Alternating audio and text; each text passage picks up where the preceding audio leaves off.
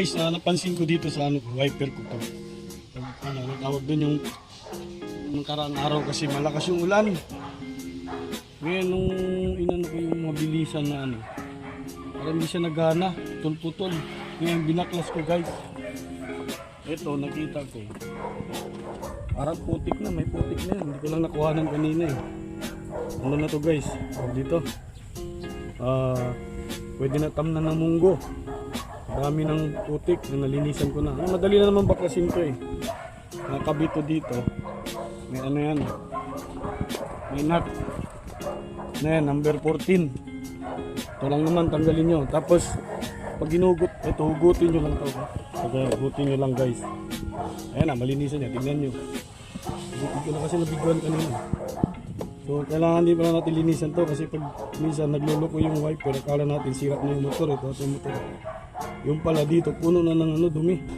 Putik na. Natanggal ko kanina. Kaya, kung magdi-DIY kayo, ganun lang kasimple gawin. Ito na naman tatanggalin nyo dito. Yung ano dyan. Tapos ito dito nakalak. Simple lang. Tapos hugot nyo na.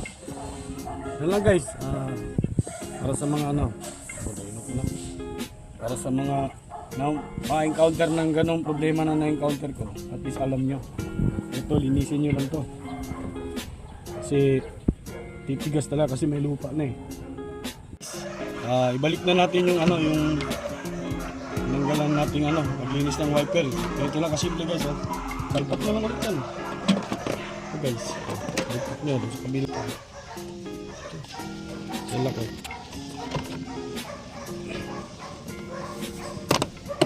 Ayan. Ibalik na doon din sa kabila.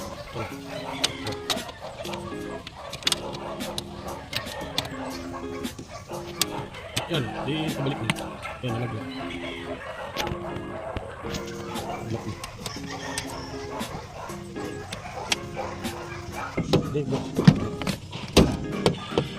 Yan, ganito lang pagbalik nito. Salpak ko lang. Balik ko lang sa original na place.